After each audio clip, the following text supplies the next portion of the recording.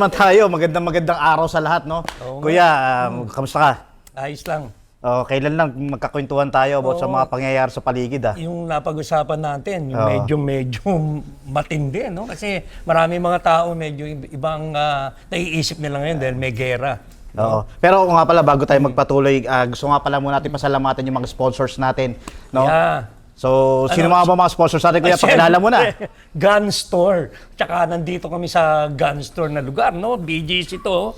At kung may kailangan sila tungkol sa mga pistol, no? Oo. Punta lang kayo, 34th Street, no? Corner 9th 9th Street. Yan. Dito lang yan sa BGC. Yes. So, makikita ninyo rito kaagad ang The Gun Store. Punta lang kayo rito. Anything na kailangan ninyo with the pistol. Yan. And of course, bukod sa Gun Store, gusto pa rin natin pasalamatan ang Julian and Jorel. yan. Napakabangon yan kung alam nyo lang. At may skincare pa sila, pare.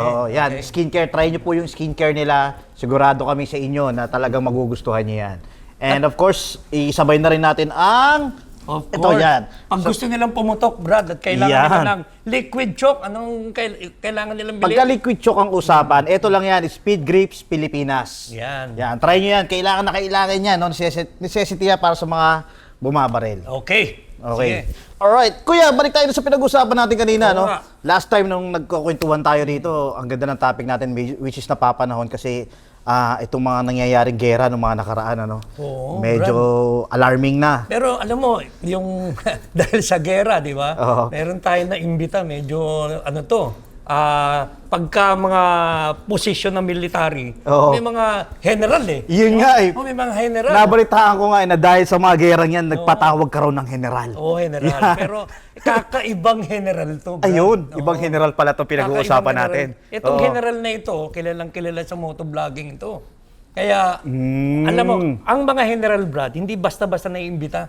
Kasi busy. Oo. Busy. Kailangan papaschedule ka pa dyan pagka pero, ganyan. napaunlakan tayo ng general na ito, di ba? Kuya, baka huwag na natin patagalin pa. Huwag na. Pakilala mo naman sa akin yung general na yan. Kung Okay. sino yung general na yan. Walang iba, no? Ang tawag natin dito, siguro yung iba, marami nakakilala, Makmak. Pero siya ay si General Camote. Kamote! Yan! Palakpakan tayo! Mga tao sa paligid! Yan! Alright! Ang dami. Ang dami natin audience ngayon. Iba talaga pagka general ang bisita natin. Talaga naman. Dudumugin tayo. Sa ano ba ang unang gusto mo itanong kay General? Sir General, unang-una, kamusta po muna kayo ngayon? Ayun naman, mabuti, magandang buhay, tapos, ayun, Eh, masaya ako, nandito ako at naimbitahan nyo ako sa, Oh. ano nyo. Bago yan, kuya, nabalitaan ko si General kanina, parang medyo may hindi magandang pangyayari bago makarating dito. Baka pwede mo ma-share muna, kuya. Sir, ano ba nangyari sa'yo Kasi kanina? bumper to bumper, papunta dito sa BGC. Okay. Oo. Tapos nung nandito na ako sa loob, malapit na ako rito sa 9th Street. Oo. Binangga ako ng kotse, naka-scooter ako eh. Oo. Tapos ayun. So, Ganun na lang. So, wala eh. Pero buti wala ang galos kayo na, sir.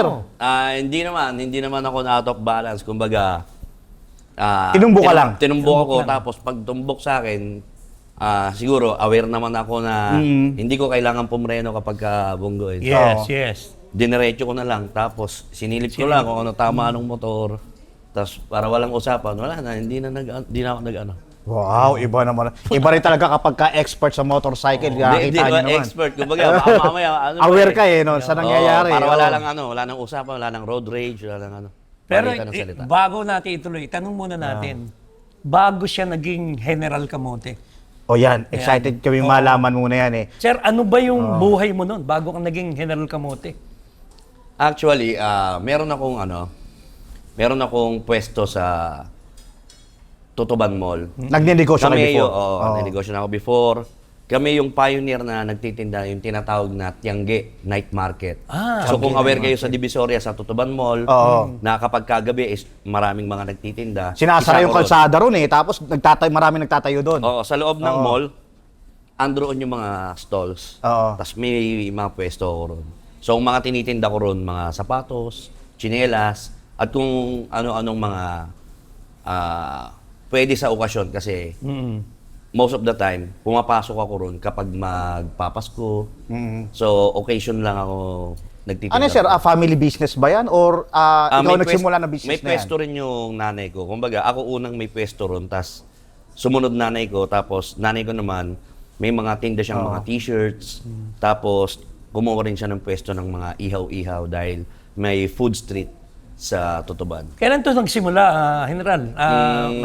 Bata ka pa ba? O? 2010. 2010 lang. Opo, Pero kung i-atras mo yung bago ka magtutuban, ano yung buhay mo nung araw?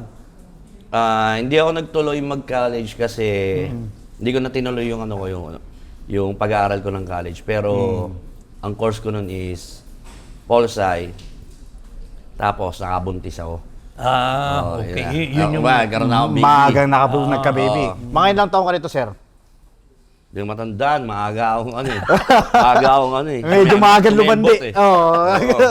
Medyo maagang lumandi. Okay. Ilang taon na ba ang panganay mo ngayon, sir? 18. Abi na. 18. Ano, Bata dalaga? pa. Babae ba? Lalaki? Babae. Babae, dalaga Tapos na. ang oo. anak mo, ilan na? Dalawa po. Okay, dalawa. Saan? So, Mula doon sa pagbi-business, sabi mo nagtitinda kayo before, may pwesto kayo sa Tutuban, no? Mula doon, sir, paano ka napunta sa vlogging or paano ka naging si General? Mahilig talaga ako sa motor. Okay. So, nung 2007 or 2006, lumabas yung pinakaunang sports bike na carburador. So, isa ako ron sa bumili. okay. Tapos, nagkaroon kami ng group. Okay. Tapos, so, iilan-ilan lang yung motorcycle groups That time, dati. oh. Tapos, ginawa ko siyang buy and sell ng pyesa kasi malapit yung Tondo sa Caloocan.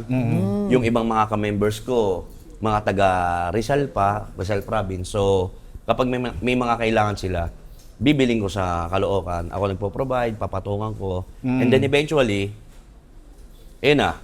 habang nasa Tutuban ako, nagtitinda ako ng mga tsinelas. Nagsa-sideline ako ng mag-buy and sell ng mga pyesa. Minsan, makakabili ko ng murang motor, bebenta ko yung motor. Ganun. Kung kita Ang mo, galing Brad, na may yung transition, ano? yung kasipagan ni General, may talagang nararating yan eh. Kaya lang ako curious ako para malaman ng mga viewers natin, ano? Paano ka naman napasok sa vlogging? Oo. Dati kasi, way back 2017, nagtatrabaho ako sa Honda Mar, sa Caloocan, sa Honda. Tapos, yung boss ko ron is, gusto niyang magkaroon ng mga paninda na related sa mga motor. Dahil ang mga tinda namin dun sa Honda Mar is, puro Honda motorcycles lang. Anong trabaho mo dyan sa Honda Mar na yun, sir? Parts custodian. Okay. Sige. So, mga stock parts yung mga ibinebenta ko. So, nag-isip yung boss ko na gusto niyang magtinda siya ng helmet, magtinda siya ng mga accessories. So, nagkaroon ako ng idea na magpasok ako doon sa kumpanya namin ng mga helmet. So, nag-outsource si company ng isang helmet brand para ibenta namin. Tapos, lumaon, nag-resign ako doon. Tapos, pagka-resign ko, merong kumuha sa akin na isang maliit na kumpanya na mga nagtitinda ng helmet. Ginawa nila agad akong dealer. So, lahat ng mga paninda nila, lahat ng mga helmets nila, different brands. Naging dealer ako. So, ayun na. Doon na nag-start. Doon na nag-start na mapunta ako sa brand ng helmet. Okay. And then yung sa bagong na pinapasukan ko, nagkaroon sila ng pinakabagong brand. So which is hindi nila alam kung saan magsisimula ng marketing. So dahil nandoon na ako sa bago, ang naisip namin, mag-vlog kami. Ako, wala naman ako alam mag-vlog. So, Paano ka nagsimula sa ganyan? Naobliga lang akong bumili ng GoPro. Tapos, ayun na, nag-vlog kami. Sinimulan namin sa pamimigay ng helmet. Doon nagsimula yung pagbablog. So, namimigay kami ng helmet, 10 lang ng followers ko. Ayun, gano'n.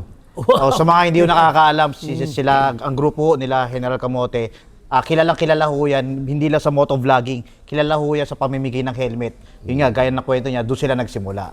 So, paano ito lumawak, dumami na dumami?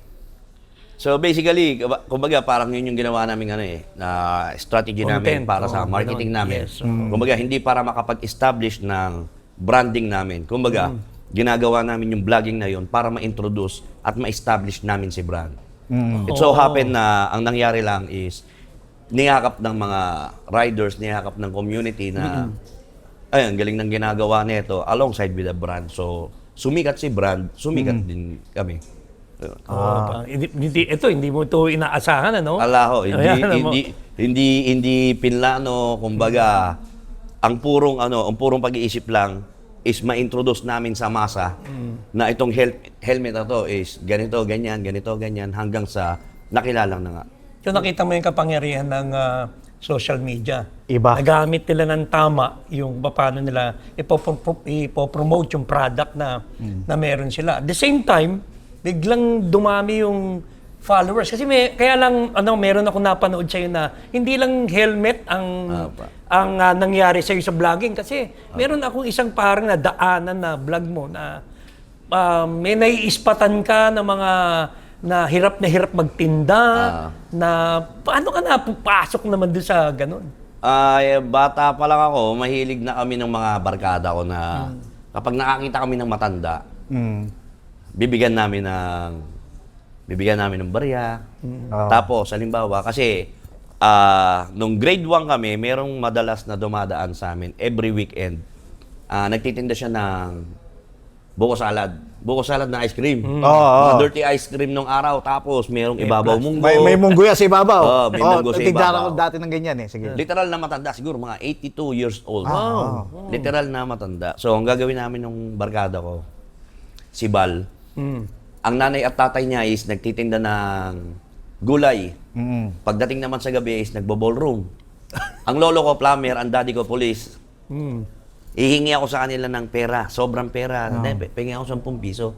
Dahil maglalaro kami, ganito, ganyan. Pero yung 10 piso na yun, hati yun. Yung 5 piso, papunta ron sa matanda. Yung 5 piso, bibili namin yung ice cream.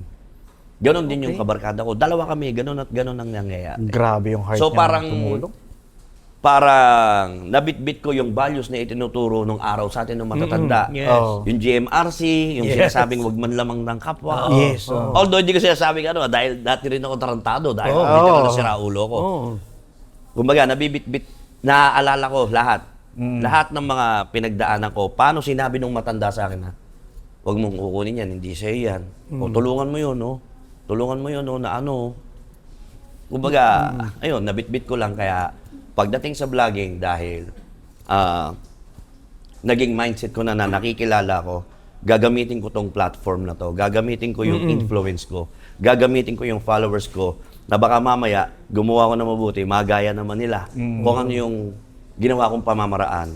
On and off ng camera, baka meron akong mahikayat na makagawa na mabuti.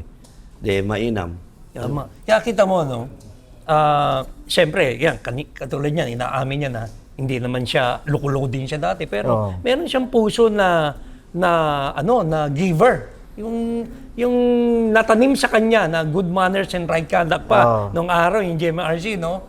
Isipin mo, paano tayo nagkaroon ng ganun? Yung meron tayong sa isang side na medyo masama ka, at the same time, naiisip mo na tumutulong ka. Saan nanggagaling yun, no? Tingin ko yung ganyan nila, nakikita ng tao yan through vlogging nila, na totoo sila eh. Kaya siguro dumami yung followers nila sa ganyan eh. Pero ang question kasi dyan, yun nga, paano yung naging transformation? Mula sa sinasabi ni Sir na, dati ako loko-loko eh. Pero Sir, paano nangyari at hindi ka natuluyang lumihis? Ano yung parang naging connection? Magkakaroon kasi ng mga pangyayari sa buhay na marirealize mo na hindi ka sasabihan ng Diyos na maririnig mo siya. Sasabihin niya. Kumbaga, mangyayari yan, yung message na sa'yo, true scenes, sa mga pangyayari sa buhay mo. Marami kong mga kaibigan nung araw na yun yung literal na nawalan na ng das dahil parang naabuso nila yung free will nila. Okay. Kumbaga, ako naman kahit papaano, hanggat maaari, hindi ko kinakalimutan sa sarili ko na meron akong kailangan sundin, meron akong kailangan panuntunan sa buhay. Dahil kapag hindi ko ginawa yun, gano'n ang mangyayari sa akin. Meron akong kaibigang addict, meron akong kaibigang hold-upper, may mga kaibigan akong pumapatay. Oh, grabe. Literal na gano'n. So kung gagayahin ko yung traction at trajectory ng mga buhay nila, wala ring mangyayari sa akin. So, dumating yun yung, siguro nung nagkaroon ako ng anak. Nung nagkaroon ako ng anak, androon pa rin, bit-bit ko pa rin kung ano yung pagkatao na pinapakain ko ng ego, kahit tulog, papakainin ko ng ego. Oo. Oo. Kumbaga, andon yung, di ba, yung validation. Yes. Kumbaga, tinanggap ko sa sarili ko na parang hindi to essential para makamove forward ako o ma-establish ko yung sarili ko at makilala ko sa sarili ko. So yun, yung pagdating sa pagbablog, binit-bit ko na lang kung ano yung bagay na paano ko mahihikayat talaga kapwa ko. Gaya nung hindi pa ako sikat, pero kilala ako sa motorcycle community. Sumali ako ng mixed martial arts. Professional fight. Okay. Para sa batang may cancer. So, ang ginawa ko roon, lalaban ako sa Muay Thai. PhilAm yun. Tapos, ang proceeds, diretso sa lahat doon sa may batang may cancer. Wala akong kukunin kahit piso. Wala akong kukunin. So, nangyari, nanalo ako ron sa laban na yun. Oo. Wow. So, isa yun sa parang milestone ng buhay ko. Kahit wala pa akong career noon, kumbaga, ang sarap sa pakiramdam na may purpose ka sa gagawin mo. Tama. Ano So, na yun yun. yung... Tinutuloy ko lang. Grabe, kung makikilala lang talaga nila ng gusto si General, meron siyang isang side na something na parang sacrifice eh. Oo. Sinacrifice niya yung... Kailangan mag-aral siya rito para makatulong siya sa may karamdaman. At ang contribution na yun, kailangan muna akong masaktan. Parang si Kristo. Kaya nga Para eh. tayo maligtas Actually, eh. nabanggit niya nga kanina about sa Panginoon. Brother, matanong ko lang, saan or kailan yung pagkakataon na na-encounter mo ang Diyos sa buhay mo? Siguro, hindi nawala yung presence ni Lord sa lahat ng pagkakataon. Hanggang sa binalansi ko na lang yung mga bagay na nangyayari sa akin. At kung paano ako mag-pray sa Kanya na ipagkaloob niyo ako sa tamang tao. Ilayo niyo ako sa mga taong hindi makakatulong sa buhay ko.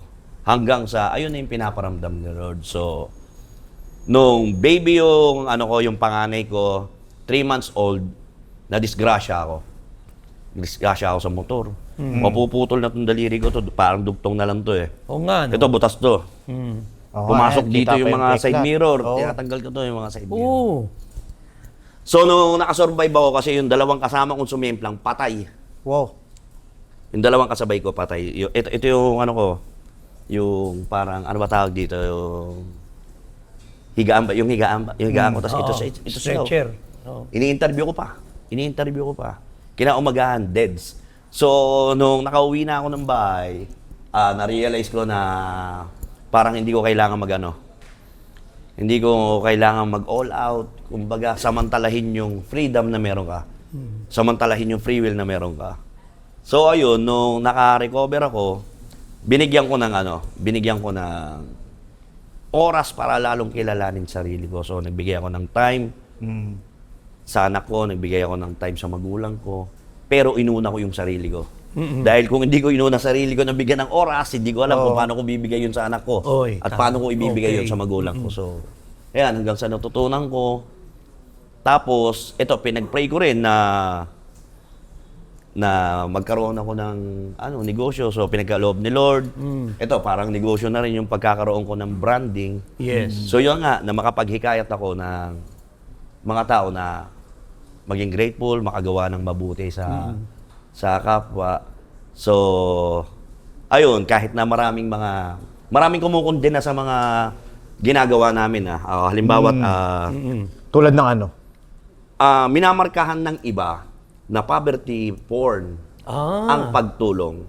Okay. So, sa akin naman, hindi ko dinedepensahan sa video, baka sampalin ko pa yung mga yun. Oo. Hindi naman. Minamarkahan nila ng ganon kasi Nadjudge dahil ng hindi ginagamit tama. daw. Oo. So, ang tema naman ng sa akin, sinimulan ko to sa kesong puti. Okay. Yung kesong puti, wala na ganong kumakain. Oo. Nakakita kong dumadaan sa amin, nag-aalok siya. Nag-aalok. So, binlag ko yun.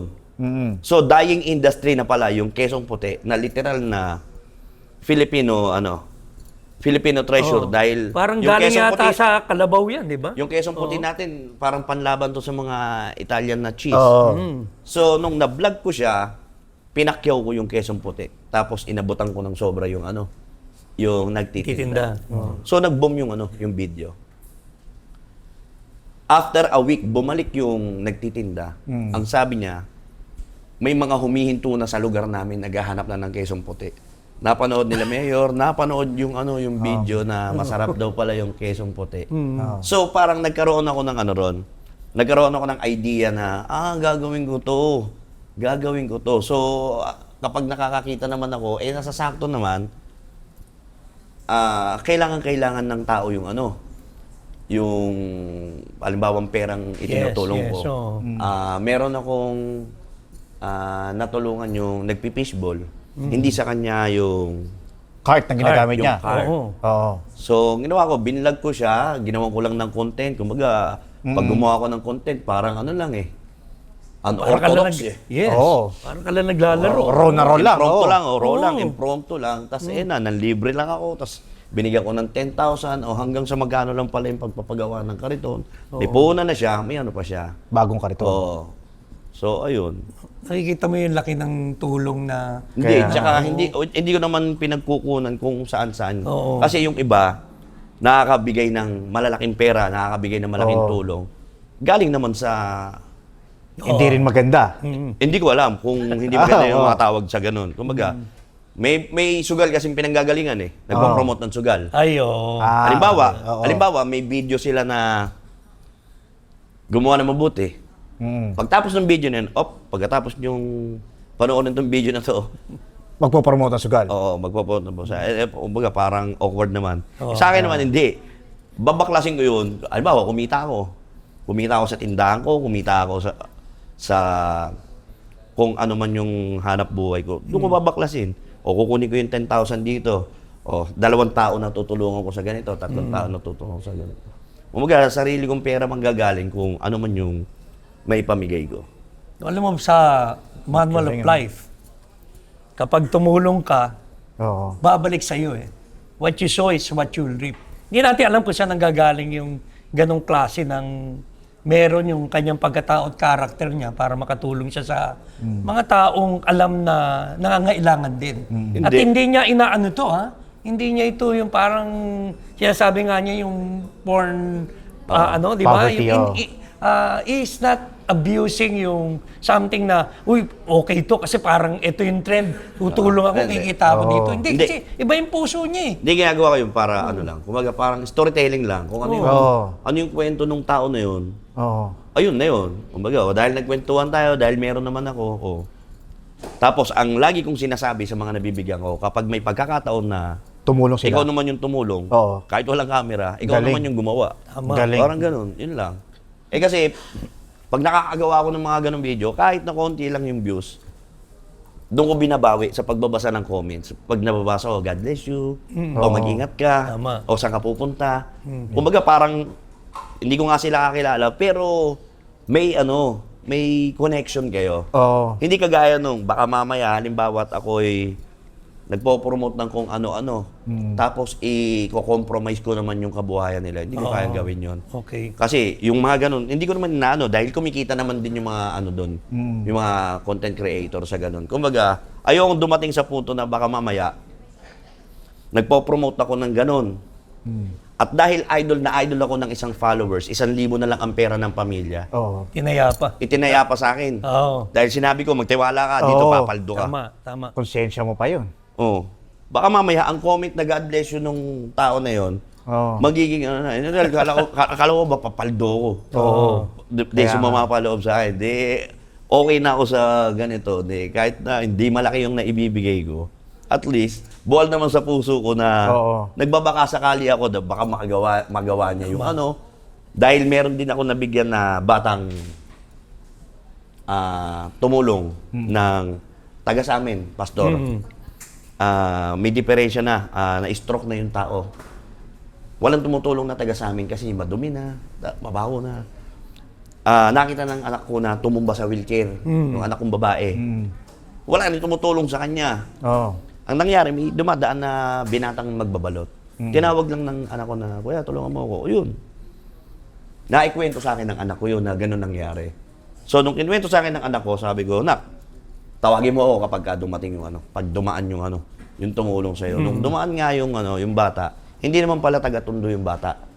Kumbaga, nag-i-stay in lang, Napadaan lang talaga. taga Pampanga talaga siya. Stay in siya dun sa anuan ng balot. So, nirewardan ko yung bata na, ito, i-reward mo yung sarili mo. At wala na siyang magulang. Wala siyang nanay, wala siyang tatay. So, gusto niyang kumita. Kapag kumita, dadalawin niya magulang niya sa Pampanga. So, binigyan ko ng konting pamasahe, sobra, tas libre niya sarili niya. So, yun. Kaya sinabi ko sa bata na, yung ginawa mo na yun, ito yung reward, ako ginamit. Okay. So, yun lang. Ganun lang yung message ko sa Ang video. galing kung isipin mo, kuya, parang ano man ang kalalagayan mo, ano man ang nakaraan mo, pag ginamit ka ng Diyos, gagamitin ka ng Diyos. Talaga. Ang pinakamaganda niyan yung ginagawa niya, wala siyang tinatamaan o nasasagasaan na something na pwedeng masabihan pa siya na ganito siya. Malinis ang konsensya niya na tumulong. At ito ay kahit hindi sabihin ng ni General, no? Kahit hindi niya isipin yun ang gustong-gusto makita ng Diyos sa buhay ng isang tao. Yung malakas ang conviction mo sa paggawa ng mabuti at purong-puro ang puso mo. Kasi ito yung, katulad niyo, kung hindi dahil sa kwentuhan tayo, hindi natin malalaman Yung mga ibang ganitong side kwento, oo. ni General Camote. Kaya hindi ko nga alam, sir, bakit naging General Camote yan, ano? Ito ba'y kinuha mo talaga sa Camote Rider? Ganon? Meron po talagang Kamote Riders community. So Okay. dahil nasa groups ako na motorcycle, meron akong Underbone, meron akong grupo sa Big Bike. Oo. Tapos yung group na yon, page sila, nagpo-post sila ng mga sumimplang sila, may mga sugat, may mga dugo. Kamote na ba ako? Oo. Hanggang sa parang infested na ng mga siraulong rider yung yung page. Okay. So, merong time na nagkwentuhan kami ng mga kaibigan ko. Sabi ko, ipe-penetrate ko yan. Tingnan natin kung paano natin mako-convert yung mga ganyang klaseng rider. Kasi, pag dumami, magiging normal. Magiging normal yung pagiging sa kalsada. So, sinakripisyo ko yung pribileyo na magkaroon ako ng lisensya. Nagmotor ako ng walang helmet. Lahat ng stop, dinidiretso ko while doing live on Facebook. Habang umaandar ako, naka-live yan, nag-shoutout ako. May gusto ka palang ipakita sa nangyaring yun. Yun. At dahil doon, binansagan nila ako, General. Wala kasing gumagawa ng ganun Nakahubad ako. Nakahubad, wala, literal. Pupunta ako kung saan. Galing akong Caloocan, pupunta akong Tondo. Mag-i-stroll ako around the city. Hanggang sa dumating yung time na mga magmi-meet yung mga chapter. Hanggang sa nag-decide na magcha-charity kami. So nagkaroon na ng mga paksyon dito sa Metro Manila, sa mga probinsya, magcha-charity kami. Okay. So ang nangyari, merong naging hashtag at tagline na kamote sa pangalan, hindi sa lansangan. So naging charity group ang Kamote Riders. Tapos nagkaroon ng hindi magandang pangyayari sa Kalinga, Apayao. Isa ang Kamote Riders sa pinakamalaking delegasyon na nagbigay ng tulong doon sa Kalinga, Apayao. At nung pumutok yung Bulkan Taal, yes. marami ring Kamote Riders na tumulong doon. Okay. So, yung mga members ng Kamote Riders is member din ng ibang mga kilalang group dito sa Pilipinas. Merong Ride Guardians Community. Kumbaga, mga civil na riders din. Civil na riders. Kumbaga, marami naman tayong mga kaibigang riders at mga groups na tumutulong para maging maayos yung community. Doon nanggaling yung pangalan ng General. Sila nagbansag. Tao na ang nagbansag sa kanya bilang tao na. General Camote. Kumbaga, pinanindigan ko na to. Kaya minsan, ang ginagawa ko, pag sa mga comment, sa mga posting, nakiki-comment ako dyan sa mga malalaking page, malalaking networks, magko-comment ako, baka mamaya madami na naman yung pangalan ko dyan. Lagi yun, trending lagi ko dun. Okay, nako. Okay, alam mo, ang dami tama. natin natutunan kay General. Sa maikling oras lang, Kaya nga. Ang dami niya nakwento, Oo. At alam ko, mas marami pa tayong malalaman kay General Camote. Pero nagpapasalamat kami, General. Dahil kahit pa paano, nabigyan mo kami ng time, busy ka. Alam ko, meron kang pinopromote ngayon na na sarili mo ngayong helmet ba ito? O ano? Hindi ko po sarili. Hindi mo Bagong brand. bagong brand. Bagong brand, Ano sige, yung sige. bagong brand na yan?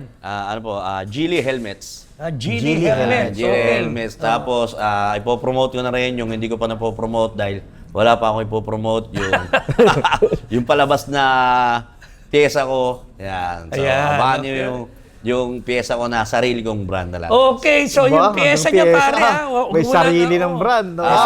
Gagawa kasi ako ng sarili kong robot, Pastor.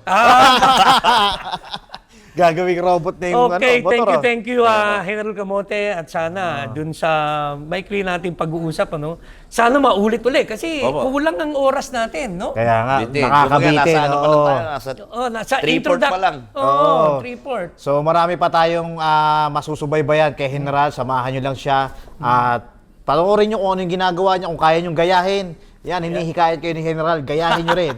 So General, baka meron kayong mga mensahe sa inyong mga followers at mga taga-subaybay. Yun, sa mga followers ko at sa mga kababayan natin dyan, isa lang masasabi ko, respeto at pagmamahal, una sa sarili, para alam natin kung paano ipagkakaloob sa Diyos at sa kapwa natin. Yan. Wow! Ayos! So- Pwede mo palakpakan natin si General. Ayun, kita nyo, ang dami namin So, hanggang sa muli. Hanggang sa muli. So Pagsakita samahan nyo kita. kami rito. Oo. No? Saan? Sa Kwentuhan tayo! Alright, maraming salamat! Thank you very much!